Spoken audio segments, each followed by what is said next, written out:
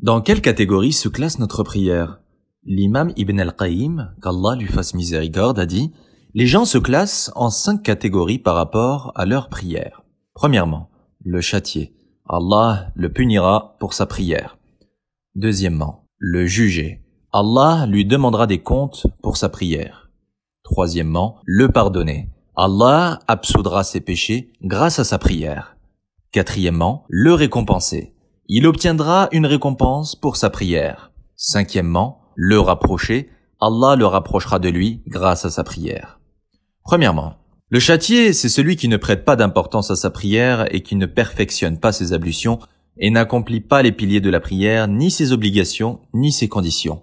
Il sera donc châtié pour sa prière, qu'Allah nous en préserve. Deuxièmement, le juger.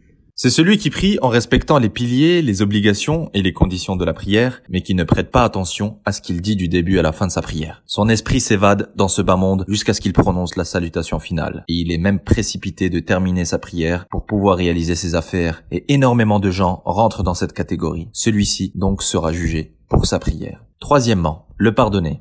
C'est celui qui complète les piliers, les obligations et conditions de la prière, mais qui combat son âme et son diable du début à la fin de sa prière, car il ne veut pas que son cœur soit distrait de cette prière. Il est donc en combat contre son âme afin de perfectionner sa prière. Celui-ci, Allah lui pardonnera et absoudra ses péchés. Qu'Allah nous permette d'être dans cette catégorie au moins. Quatrièmement, le récompenser. C'est celui qui pratique les piliers, obligations et conditions de la prière ainsi que ses actes recommandés, les sunan, et qui prie avec recueillement et concentration. Celui-ci, Allah, puissant et majestueux soit-il, le récompensera pour sa prière.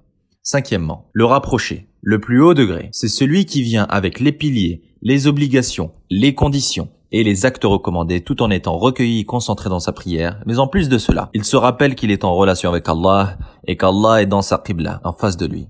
Donc celui qui prie en respectant toutes les conditions, piliers et obligations et qui s'humilie avec recueillement tout en se rappelant qu'il est en relation avec Allah et qu'Allah l'observe, alors celui-ci est rapproché. D'après Abdullah ibn Qart, le prophète sallallahu alayhi wa sallam a dit « La première chose sur laquelle le serviteur est jugé le jour de la résurrection est la prière. Si elle est bonne, les autres actes seront bons, et si elle n'est pas bonne, les autres actes ne seront pas bons. » Rapporté par Tabarani et authentifié par Sheikh Albani dans Sahih al-Taghrib numéro 376.